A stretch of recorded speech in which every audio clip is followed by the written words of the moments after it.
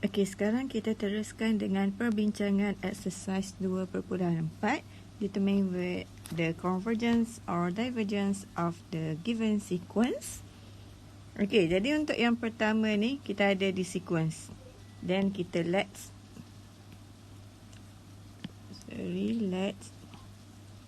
an as negative 1 over 2 the power n. Okey, saya tertarik dengan jawapan pelajar di mana ada yang menggunakan kaedah graf dan ada yang menggunakan kaedah limit. Okey, mana-mana jawapan juga adalah diterima unless you berjaya tentukan sama ada the given sequence is converge or diverge. Okey, so kita tengok jawapan pelajar yang pertama. Ingat balik, kalau untuk dapatkan tentukan sama ada sesuatu sequence converge or diverge, kita boleh cari limit when x approach to n. Okay, so kita dapat this one. Cuma make sure from this step to the another step, make sure jangan tinggal limit notation. Yang ni banyak kesalahan pelajar, di mana pelajar just ignore the limit kat depan ni. So make sure letak juga limit. So okay, and then baru kita disebabkan dia ada tanda negatif, so we can put this absolute value. Okay, so when put this absolute value, we can simplify to limit n approach to infinity 1 over 2 the power n. So kat sini awak dah dapat satu markah K1.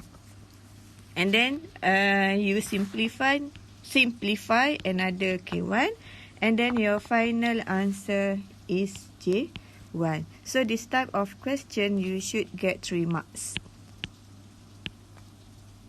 Okay, macam mana dengan pelajar yang kedua? Perhatikan pelajar yang kedua. Okay, dia cuba cari limit. Ni, saya refer. Okay, terus dapat converge to 0. And then he or she show that the limit negative 1 to the power n is equal to 0. So, berapa markah nak bagi ni? Okey, disebabkan pelajar terus berikan jawapan. So, cuma dapat satu markah sahajalah, J1. Okey? Yang K semua tak ada. Sebab dia tak tunjukkan langkah pengiraan.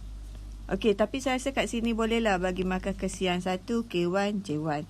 And then if the students, okay, plot the graph, okay. So for plot, usually kita akan dapat plot 1 marks. And then when you get the correct curve ataupun correct plot, 1 markah.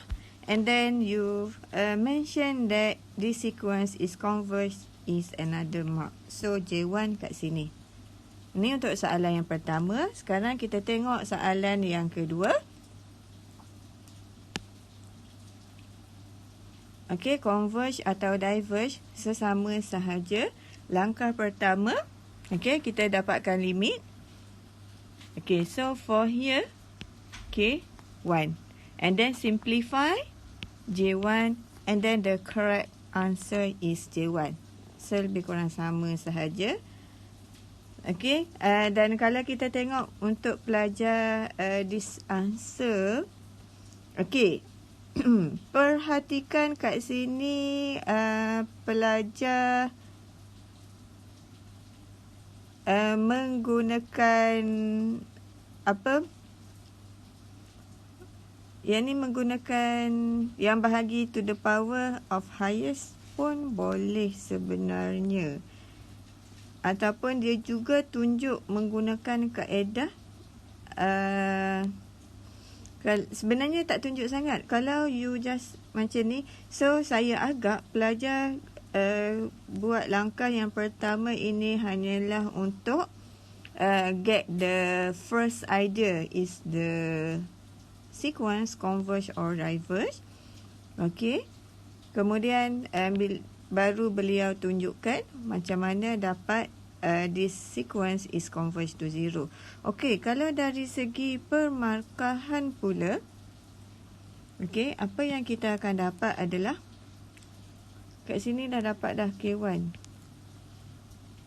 Tapi kat sini dia bahagikan dengan, sepatutnya kena bahagikan kepada denominator. Kan? Highest power of denominator sepatutnya each term kena bahagikan dengan n kuasa 2. Tapi kat situ dah silap dah. Okay, once you have this wrong method here, sebenarnya kat lain juga akan dapat K0, J0. So, 1 markah je lah untuk pelajar yang ni. 1/3. Ini 3/3. Okay, dan pelajar yang terakhir ni pun sama. So, kita dapat kat sini is K1. Cumanya kat sini pelajar suka tinggal limit. Okay, so K1 here and then J1 here. Sorry, J1 when we say that the sequence converge to 0.